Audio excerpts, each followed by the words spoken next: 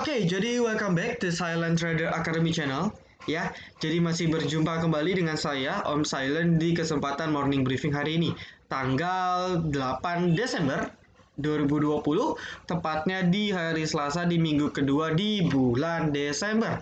Oke, sebelumnya saya ucapkan selamat terlebih dahulu, ya, kepada rekan-rekan member VVIP sekalian. Ya, kita profit luar biasa, tidak bisa saya sebutkan satu persatu seperti itu. Saham-saham yang luar biasanya itu ada SMBR, kita trading 10% ke atas. Tekim, kalau teman-teman ingat dengan judul morning briefing ada tulisan saham ini potensi 20%, ya, gratis dan sudah bahkan tembus resisten hingga ke 10.000, luar biasa walaupun saya sudah taking profit sih. Ya, terus juga ada DAX, moonmologinya berhasil. Ya, selamat untuk member VIP yang sudah saya kasih plannya di channel. Ya, kita sudah profit 20 hingga 30%. Ya, kita tinggal kawal saja lihat ke depannya seperti apa. Lalu dan masih banyak saham-saham live trade lainnya. Ada BIF, AKMU, IMJS dan sebagainya. AISA dan sebagainya. Ya, cut loss kita ada cut loss satu. Itu pun karena saya mau cuci gudang aja biar fresh. Ya, secara teknikal masih prospek, cuman saya putar gitu. Jadi bukannya plan gagal sebenarnya, tapi saya muter. Ya, dan itu hal wajar. Ya, cut loss 2-3%, tapi ketutup tekim, SMBR, wah, HKMU, BIF, IMJS dan sebagainya. Sudah tidak bisa diucapkan dengan kata-kata. Seperti itu istilahnya. Nah, saya ucapkan selamat juga kepada member VIP yang terus setia nonton. Karena kalau teman-teman nonton, ya harusnya teman-teman dapat profit juga. Terutama di DAX dan tekim. Itu profit gratis yang saya berikan untuk Anda. Ya, dan kalau sudah profit, ya pesan saya satu, nggak perlu Anda join ke VIP juga nggak perlu, tetapi kalau bisa disedekahkan. Pesan saya itu saja. Ya, teman-teman tinggal stay tune di sini. Saya mungkin akan kasih bocor-bocoran, ya, bocoran untuk teman-teman sekalian. Seperti itu ya teman-teman, silahkan tonton sampai habis saja seperti itu. Cuman ya saya pribadi nggak akan sering-sering kasih karena kan ya hak mereka yang sudah join VIP untuk dapat rekomendasi dulu ya. Jadi ya sesekali saya kasih, cuman nggak tiap hari. Kalau mau ya join saja ya, nggak mahal kok. Ya saya selalu kasih promo. Nah itu pesan pertama. Pesan kedua yang ingin saya sampaikan ialah buat teman-teman VVIP yang sudah sorry, yang membershipnya habis sebelum 31 Desember 2020, itu saya masih kasih chance, kesempatan untuk teman-teman menggunakan promo window dressing hingga akhir tahun, ya, cuma hingga akhir tahun 2020, ya, pakai promo yang per hari 4.000. Kalau mau upgrade silahkan, nanti di minggu keempat saya akan announce promo gila-gilaan. Ya, saya akan announce promo luar biasa, super duper promo untuk teman-teman member VVIP. Promo perpanjangnya saya akan kasih promo gila-gila. Ya, jadi ditunggu saja. Mungkin teman-teman ada yang nanyain paket lifetime. Jadi sudah banyak sekali yang request, Om, buat member lifetime dong. Ya, seumur hidup. Rencananya saya akan buat, cuman mungkin saya akan batasi dulu 10 hingga 20 orang. Ya, ya saya akan open 10 sampai 20. Nanti harganya saya belum pikirin. Kalau lifetime kan saya harus research di luaran kira-kira harga pasarnya berapa. Seperti itu. Ya, paket setahun, paket satu semester, paket satu kuartal, paket satu bulan saya akan pikirin. Nanti di minggu keempat saya akan announce. Ya, nah saya akan kasih promo terus kepada teman-teman, biar teman-teman bisa terjangkau. Nah, tetapi saya mau menginformasikan juga bahwa di tahun 2021 nanti, tepatnya mungkin di bulan Februari, per 1 Februari, harga membership normal untuk teman-teman yang baru mau join itu akan naik. Naiknya sih nggak banyak, paling mentok-mentok naik 50.000. Jadi yang semula sebulan 150.000 naik jadi 50.000. Kenapa? Pertama, ada dua alasan sih, dua alasan utama. Ya, tiga deh. Nah, pertama karena saya mau buat mobile apps, jadi sedang dalam rundingan skema, konsep dan sebagainya. Jadi mobile apps ini akan memudahkan teman-teman sekali yang teman-teman mungkin kadang suka bingung Telegram, lalu mungkin baterai Telegram cepat habis karena notifnya muncul banyak sekali. Terus mungkin teman-teman juga akan terganggu dari notif-notif dari grup. Jadi akan mengganggu sehingga teman-teman akan bingung yang mana yang rekom, yang mana yang chat di grup ya. Nah, jadi kita akan buat mobile apps untuk mempermudah teman-teman ya. Rencananya ya doain aja Januari Februari akan launching. Maka dari itu ya perlu biaya maintenance dan sebagainya, maka kita terpaksa untuk menaikkan harga. Nah, yang kedua ialah saya juga sedang menjajaki kerjasama dengan bukannya menjajaki sih ya. Mungkin teman-teman di sini ada seorang programmer yang ngerti cara konekin AMI broker ke Telegram ya, dan buat coding-codingnya sehingga ya kalau teman-teman tahu kan di luar juga sudah banyak misalnya slash support misalnya IHSG nanti langsung ditampilin chartnya dari AMI Broker. Nah, saya mau buat seperti itu yang simpel-simpel saja tapi membantu support resist dan beberapa indikator mungkin ya untuk teman-teman VVIP. Jadi memang rencananya 2021 awal target saya mobile apps dan juga bot saham. Dan itu gratis untuk teman-teman member VVIP. Jadi fasilitasnya ya buat teman-teman VVIP juga gitu. Jadi ya alasan kenapa naik sebenarnya karena dua alasan utama. Yang ketiga ya karena saya juga akan terus meningkatkan pelayanan dari sisi keakuratan, dari sisi konsultasi portofolio dan sebagainya. Ya, jadi belum naik ya Februari, cuman ya saya akan kasih promo ke teman-teman dulu gitu. Jadi teman-teman yang mau manfaatin silakan. Nanti saya akan juga provide lewat cicilan Tokopedia, jadi teman-teman nggak usah khawatir kalau keterbatasan dana dan sebagainya. Oke, nah berikutnya pesan ketiga yang ingin saya sampaikan ialah teman-teman yang member VVIP nanti akan saya announce ya terkait Silent Trader Championship edisi Desember. Jadi silakan teman-teman yang punya fitur sekuritasnya fitur return monthly ya, return monthly secara percentage silakan ya, silakan teman-teman join seperti itu ya, return secara percentage nanti di akhir bulan dikumpulin di screenshot ya, di screenshot percentage-nya saja beserta bulannya dan sebagainya ya, nanti dikumpulin ke staff saya nanti akan screening, akan dilihat yang mana yang juara satu, yang mana yang juara tiga, yang mana yang juara dua, nanti akan diumumin lewat video yang akan diupload di YouTube channel ini. Jadi nanti diumumin di awal bulan Januari.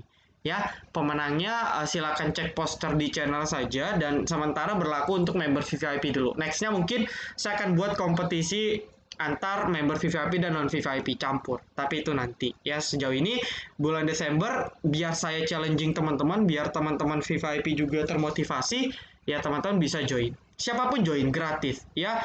Om, return money saya masih 5%. Coba dulu, siapa tahu menang. Gak ada yang tahu ya. Coba dulu biar lebih memotivasi teman-teman sekalian. Oke, nah poin berikutnya mungkin sudah ya, mungkin sudah. Nah, kita akan cek market. Oh ya, sebelumnya mungkin saya mau menginformasikan ya. Jadi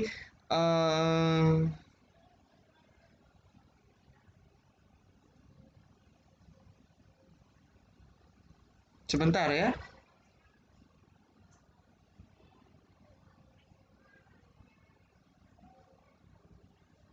Sebentar.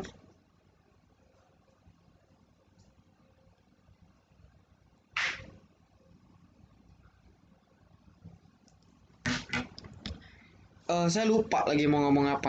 Oh iya, katanya nggak jadi deh.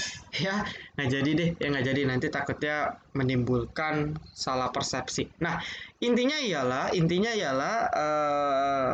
saya akan cerita sedikit mengenai market. Ya, jadi kalau teman-teman cek market saat ini, alhamdulillah sih volumenya lumayan walaupun nggak setinggi kemarin, nggak se-hype kemarin.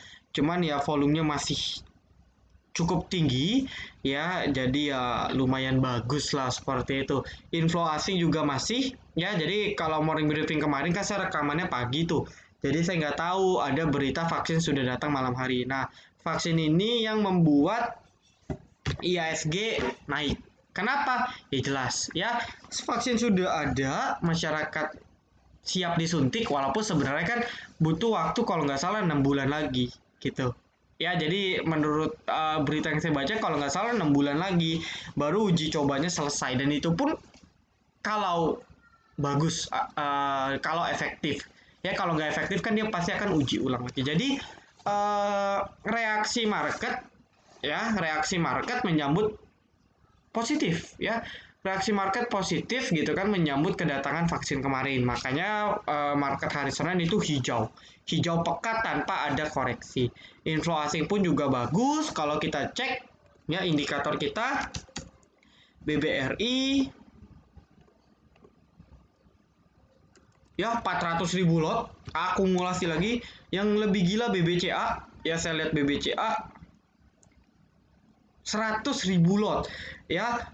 Ini pembelian terbesar sejak awal Desember seperti itu, ya. Dia sudah mulai akumulasi lagi. Kalau kita total dia sudah akumulasi sekitar 170 ya 170.000. Sebelumnya dia sudah buang hampir 300.000 lot, sekarang sudah akum lagi 170.000 lot, ya. Dan ini menjadi sinyal bagus secara foreign flow, ya. Meskipun kita ketahui market ataupun asing tetap bisa saja taking profit kapanpun dia mau. Itu yang harus kita waspadai. Ya, tetapi ya selagi dia masih beli, ya dia akan jual di harga yang lebih tinggi. Jadi expect-nya market akan bisa dibawa lebih tinggi. Lebih tingginya sampai kapan? No one knows, ya. Nggak ada yang bisa tahu. Kita just follow the trend, just follow the flow. Kita ikut arus aja, kita ikut trend aja. Arusnya berubah, out. Arusnya berubah naik lagi, masuk. Berubah turun, out. Gitu aja. Ya, jadi kita lebih ke filosofi air, fleksibel dimanapun dan di kapanpun. Kalau market merah kita gorengan, kalau market hijau kita blue chip, kalau lagi hype saham ini kita masuk, kalau lagi hype saham itu kita masuk. Ya, jadi kita ngikutin arus di VVIP. Makanya kadang menunya campur-campur, kadang blue chip, kadang gorengan, kadang saham nekat, kadang saham super duper luber nekat dan sebagainya. Ya. Oke, nah market sudah tembus resisten pertama di 5837, langsung gap up. Sayang nih ada gap lagi, agak disayangkan. Jadi ada dua gap, ini gap pertama, ini gap kedua, ya. Lalu next resisten itu ada di sekitar 59 berapa nih? Ya, next resisten ada di sekitar 5942, ya. Lebih tepatnya 5963 sih, ya. Lebih tepatnya di sekitar, ya kita ngomong tengah lah, ya, karena angka ISG kan cukup rumit, ya. Di 5950 hingga di sekitar 6000, ya, di sekitar 6000-an, 6000 hingga 6010. Nah, ini merupakan, ya, ini merupakan resisten kuat, atau kita bisa bilang resisten puncak dari market itu di sekitar 6000. Ini bisa kita bilang resisten market di 6000. Itu resisten puncak market di 6000.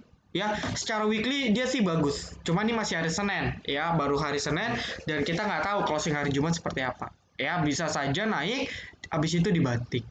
Ya, itu yang harus kita waspadai. Nah,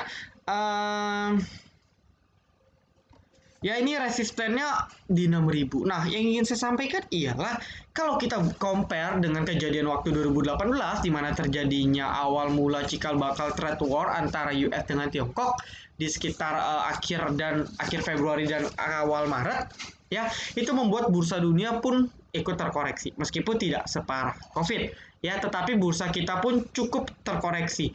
Ya, jadi dari,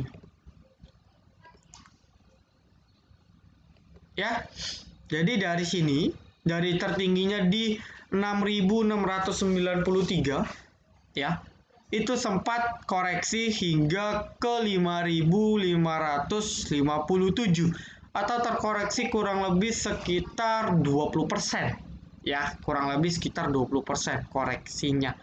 Oke, ya, koreksi hampir sekitar 20%, ya, selama berapa bulan nih?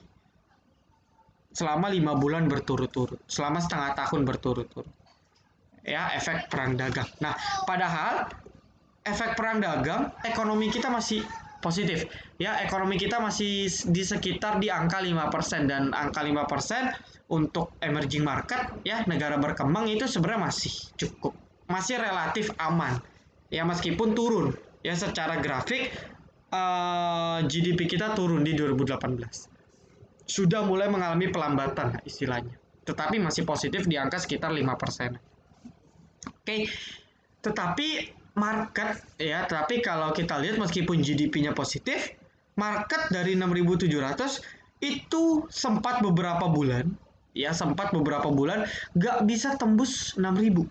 Ya kalau kita cek ini di sini sempat tembus 6.000, closingnya turun lagi, sempat tembus 6.000, closingnya turun lagi. Ya, baru di sini di November, Desember, Januari window dressing Santa Claus rally, habis itu Februari dan seterusnya nyungsep lagi, turun lagi di bawah 5.000, di bawah 6.000. Artinya apa? Artinya dalam kondisi ekonomi yang sebenarnya masih dikatakan cukup stabil, market pun sangat sulit bertahan di atas 6.000. Nah, sekarang kondisinya ekonomi kita masih minus dan kuartal 4 pun 50-50, positif, mungkin positif yang sangat kecil, paling positif 1%, atau mungkin bahkan masih negatif, cuman ya mungkin negatif 1%. Ya, tapi masih sangat ngedrop GDP kita. Pertumbuhan kita masih sangat tertahan di kuartal 4 harusnya. Nah, tetapi berbanding terbalik, marketnya sekarang sudah mau tembus ke 6.000. Dulu susah. 2018-2019 susah sekali market bertahan di atas 6.000. Baru naik, nggak lama jebol lagi bawah. Baru naik, nggak lama jebol lagi bawah. Sekarang sudah sangat mendekati angka 6.000. Nah, sekarang muncul dua pandangan. Pandangan pertama ialah market akan terus kuat, tembus 6.000. Ya, market akan kuat tembus 6.000 dan bahkan bisa ya mungkin mencapai all time high-nya di tahun depan. Ya, atau justru sebaliknya, ketika market sudah menyentuh 6.000, itulah menjadi titik puncak dari pergerakan market saat ini. Ya, jadi ada dua pandangan nih. Pandangan pertama, market akan kuat tembus 6.000 dan bertahan kuat sehingga akan melanjutkan terus tren kenaikannya, atau nyentuh 6.000 nggak lama ambrol. Ya, seperti kejadian di 2018. Nah, kalau saya sangat mewanti-wanti pandangan kedua ini. Kenapa? Karena ya saya melihat market kita ini sangat overconfidence. Oke, contoh hari ini. Ya, contoh hari bursa luar semua babak belur, kita 2% sendiri. Ya, meskipun karena sentimen dalam negeri yaitu vaksin. Cuman, perlu kita ketahui vaksin ini kan juga masih tahap uji coba. Fase 3 kalau nggak salah. Itu pun butuh waktu. Ya, itu pun butuh waktu. Itu pertama. Yang kedua, jelas-jelas GDP kita mungkin recovery masih butuh waktu sekitar 1 tahun. Tapi market kita sudah naik di luar ekspektasi dari para analis. Jadi saya banyak kenal beberapa analis, mereka predik market mungkin 57, 58, sekarang sudah mau 6.000. Jadi sudah sebenarnya di luar ekspektasi dari para analis. Ya, bagus nggak? Ya bagus. Saham naik, kita semua profit. Cuman ya balik lagi, kita trading nggak boleh pakai euforia, kita trading nggak boleh pakai perasaan. Kita harus tetap warn segala kemungkinan buruk yang mungkin terjadi. Karena saya sekarang sudah melihat psikologi retail, itu bodo amat lah teknikalnya gimana pun, beli aja besok profit. Sekarang hampir semua trader itu mindsetnya sudah berubah. Seakan-akan sudah terlena karena market terus digenjot naik. Ya meskipun hal tersebut karena sentimen positif yang terus bermunculan dalam negeri. Itu bagus sebenarnya. Cuman takutnya terlena ini yang dapat membuat Anda hancur nantinya. Ya, jadi kalau saya lihat 6.000 ini merupakan resisten sangat kuat dan saya sih yakin ketika nyentuh 6.000 akan ada kejutan di IHSG. Ya, saya yakin ketika nyentuh 6.000 akan ada kejutan di IHSG. Entah itu tiba-tiba terbang tinggi atau tiba-tiba ambruk setelah nyentuh 6.000. Karena sekarang ini kita sudah overconfidence, ya. BBRI contohnya, ya, market belum pulih, ya, bahkan dibandingkan 2018 seperti itu. Kalau kita cek BBRI, ya, kalau misalnya kita cek BBRI,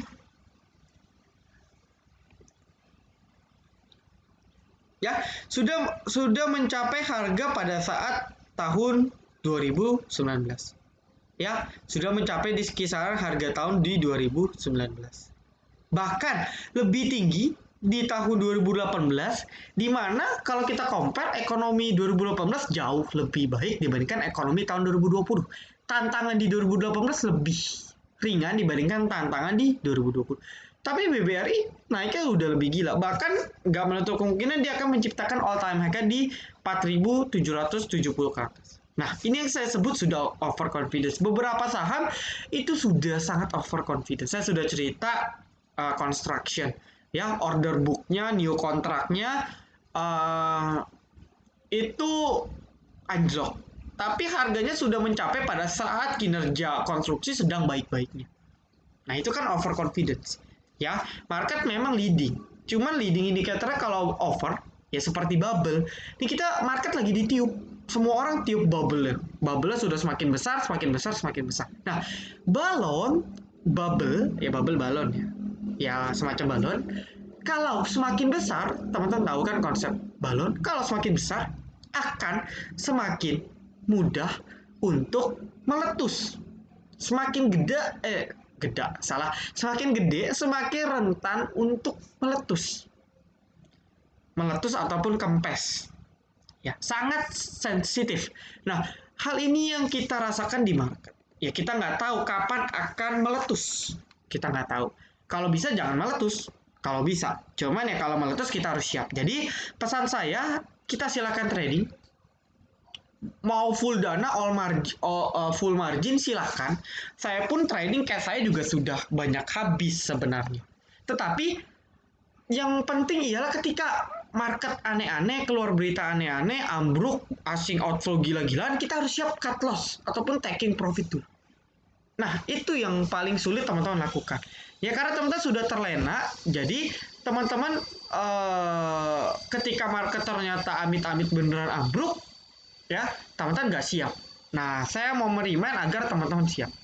Ya, setidaknya cash-nya siap, buang sebagian, teman-teman sudah tahu apa yang harus di cut loss, apa yang harus di TP, sehingga uang cash yang teman-teman punya dari hasil cut loss ataupun TP bisa untuk pertama serok saham-saham blue chip yang turun jauh, kedua average saham-saham yang masih berprospek secara fundamental, ketiga ya trading secara momentum. Ya, trading gorengan dan sebagainya. Nah, itu pesan penting yang ingin saya sampaikan terkait market. Jadi, silahkan market pergi kemana saja, naik tinggi kemana saja, tapi ingat, ketika sudah 6.000, ini menjadi warning untuk kita. Ingat, pilkada sebentar lagi, akan sangat mungkin berpotensi munculnya klaster baru meningkat, akan mendesak pemerintah untuk melakukan PSBB secara ketat. Nah, kalau sampai pemerintah secara terdesak akan mengeluarkan PSBB ketat, karena sudah di luar kendali, atau kita bisa bilang second wave, mati. Market pasti akan hancur. Seperti di bulan September kemarin. Ya, seperti itu. Jadi ya itu kekhawatiran saya di second wave-nya. Ya, ataupun ya berita-berita lain yang kita nggak tahu ke depannya seperti apa. Oke, nah berikutnya ialah saham-saham apa aja sih yang berprospek? Ya, nah saham-saham yang berprospek teman-teman sebelumnya selamat untuk Tekim, ya. Luar biasa sekali sempat ke 10.000. Nah, ini yang saya bilang, ya. 9.000 di break, dia akan udah nggak punya support resisten kuat lagi. Resisten kuat itu di sekitar 10.500. Ini resisten berikutnya dari Tekim. Cuman, ya kalau kita cek secara kebetulan dia pas kali kena trendline majornya. Ya, ini kena trendline major. Nah, kita nggak tahu nih, kalau dia bisa break trendline major, wow, bagus sekali. Cuman, perlu diingat, ya, Tekim sudah 3 minggu hijau, ya, dan ini baru hari Senin, jadi berhati-hati saja, jangan sampai Anda beli di pucuk. Secara tren sangat up, Tekim secara tren sangat amat baik, karena trennya sudah up, sudah di atas EMA, akumulasi barang juga cukup oke. Cuman chartnya sudah terlalu tinggi, jadi saya sudah bilang kepada teman-teman VIP, Anda silakan taking profit dulu, ya, kasih dia istirahat dulu. Gitu. Jadi Tekim INKP udah waktunya istirahat harusnya, ya, karena naiknya sudah sangat tinggi, sudah cukup tinggi. Kasih dia istirahat. Karena seperti Asri, kalau teman-teman lihat udah nggak kuat, mau market hijau pun dia udah nggak kuat. Kenapa? Karena naiknya sudah over dari sini. Bahkan naiknya dari 130 ke 240, sudah naik hampir 200%, jadi udah berhenti. Ya, jadi sudah mulai ngestak. Contoh yang ngestak lagi, misalnya construction, Wika, WSKT ini sudah mulai melambat, sudah mulai agak sedikit melambat. Ya, nah kita tinggal cari, ini masih ngeri sih chartnya ya. Nah kita tinggal cari saham-saham yang memang berprospek untuk naik, ya, yang masih prospek untuk naik. Sektor-sektor yang belum naik banyak apa? kita tinggal ikut. Ya, jadi ya balik lagi, semua sektor sedang ditiup. Kita nggak tahu sektor mana duluan yang akan meletus. Gitu, jadi kita harus waspada. Nah, rekomendasi untuk perdagangan hari Selasa, mungkin saya akan merekomendasikan yang pertama mungkin farmasi. Ya, ini auto reject atas, KF, INAF, IRA pun juga. KLBF enggak, kenapa? Lelet. Ini saham lelet. Ya, KLBF, Unilever sangat lelet. Ya, sangat lelet. Bahkan Unilever pun paling banyak. Oh, ini banyak nih, lumayan nih. Ya, 19%, tapi itu jarang sekali. Seperti itu, ini naik paling banyak pun paling 4%. Ya, jadi kalau setiap konsul ada nanya Unilever KLBF, saya bilang out aja. Perusahaannya ya bagus sih, model bisnisnya bagus, cuman percuma kalau kita nggak dikasih profit dari sahamnya buat apa juga. Mendingan gorengan, perusahaan nggak bagus tapi kasih profit, kan seperti itu. Ya, jadi KLBF lelet. Nah, mungkin Tantan bisa fast trade di KF Enough. Ya, karena kalau saya cek dari dia punya broker sahamnya, ya YB beli hampir 34 miliar. Bayangin, ya, beli hampir 34 miliar di harga 4227, ya. Baru profit 4227 itu di sini.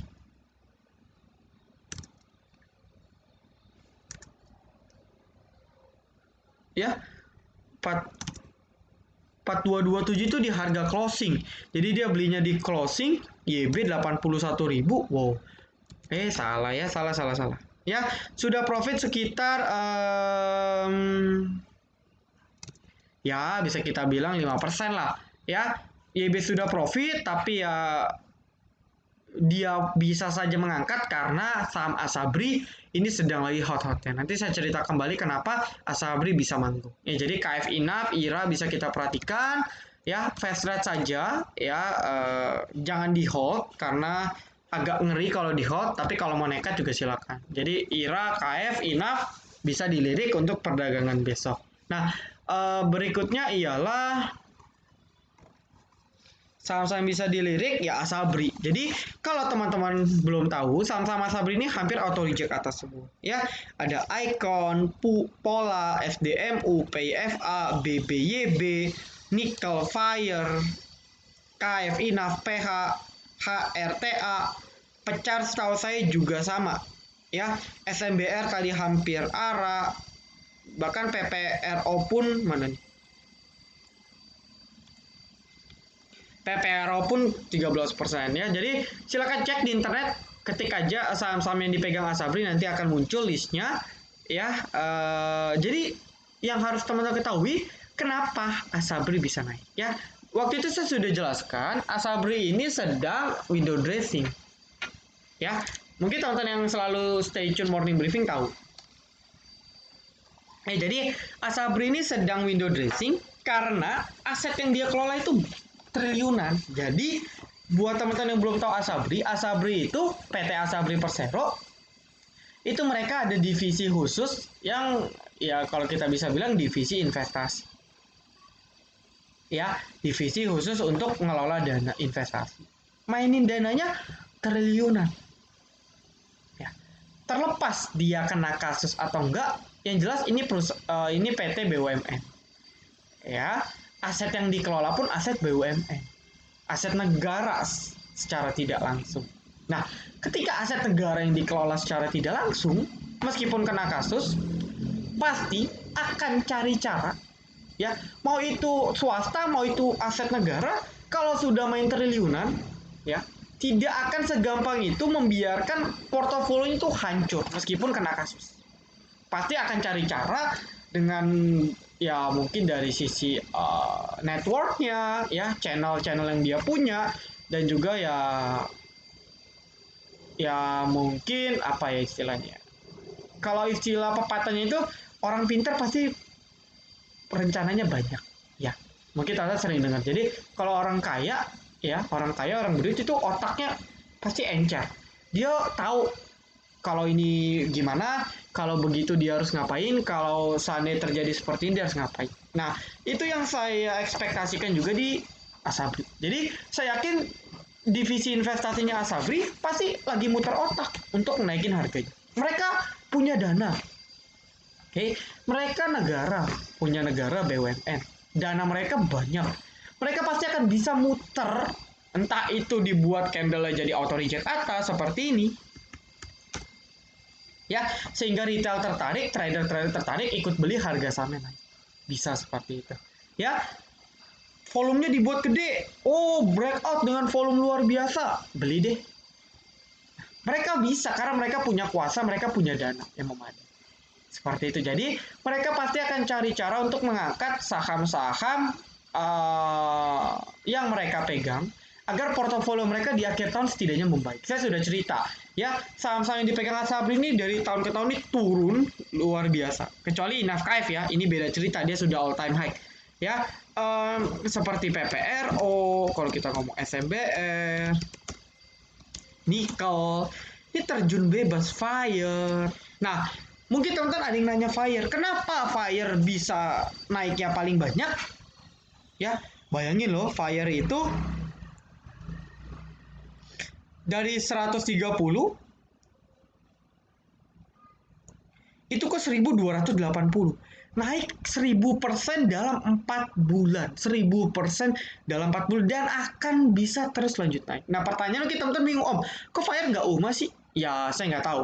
Itu mungkin keputusan B, ataupun Fire kok nggak disuspend sih? Itu keputusan Bursa Efek. Nah, tetapi yang lebih penting yang ingin saya sampaikan ialah dari seluruh, ya, dari ya kita bisa bilang dari semua saham yang dipegang Asabri, ya, yang jebol paling parah itu Fire.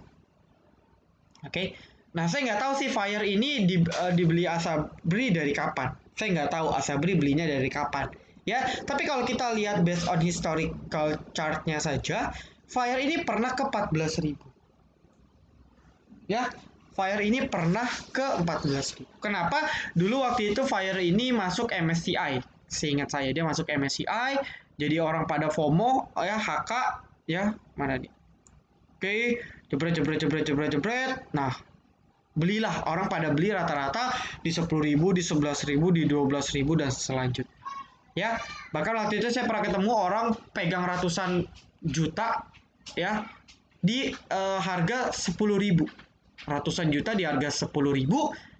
Waktu itu dia ngomong waktu saat Fire masih di 2.000. Bayangin, sempat ke 100, bahkan sempat ke 76. Aduh, hilang ratusan juta, bahkan hampir mencapai miliaran, hilang di Fire. Ya, dan ini juga yang dirasakan Asabri. Ini saham yang paling turunnya paling parah. Maka dari itu nggak heran kalau dia yang naiknya paling banyak. Ya, jadi nggak usah heran lagi kenapa Fire naik paling banyak. Ya karena ini yang harus paling diobati. Ibarat pasien ini yang lukanya paling dalam. Ini yang harus diprioritaskan untuk dikerek dulu. Ya, baru sisanya yang lain yang memang koreksi, ya, yang koreksinya yang cukup dalam ataupun yang koreksinya masih dikit, ya itu dikereknya belakangan. Tapi dia akan fokus ngerek, ya, ataupun window dressingin saham-saham yang koreksinya paling parah, ya, yang minusnya paling dalam, istilahnya seperti itu. Ya, jadi jangan heran kenapa Fire bisa seperti ini. Ya, gitu jadi ceritanya. Nah, intinya window dressing ini mungkin akan terus berlanjut, kita nggak tahu kapan, kita lihat saja. Ya, kalau sampai masanya habis ya kita bisa taking profit dulu. Tetapi menurut saya window dressing dari saham-saham Asabri ini masih akan terus berlanjut hingga Januari. Dengan catatan kita nggak ada berita aneh-aneh, ya pokoknya nggak ada aneh-aneh lah. Ya, selagi nggak ada aneh-aneh, masih aman-aman saja, harusnya window dressing ini akan berjalan dengan lancar. Kita nggak tahu sih, ya bisa saja dia naik, koreksi dulu, lanjut naik, atau dia maksa naik. Oke, ya itu Sabri. Jadi kita bisa cek Fire ataupun PPRO, Nikel, SMBR sama saja. Kita bisa fast trade di saham-saham seperti ini. Oke? Ya, jadi itu rekomendasi yang mungkin bisa saya berikan. Ya, jadi sekian dulu. Thank you banget buat tonton yang sudah nonton video ini sampai akhir. Jangan lupa like, comment, dan juga subscribe. Jangan lupa nyalakan notifikasinya agar ketika saya dan tim upload video terbaru, teman-teman bisa langsung update. Oke, see you in the next video. Silent Trader Academy. Be silent, be patient, be cuan.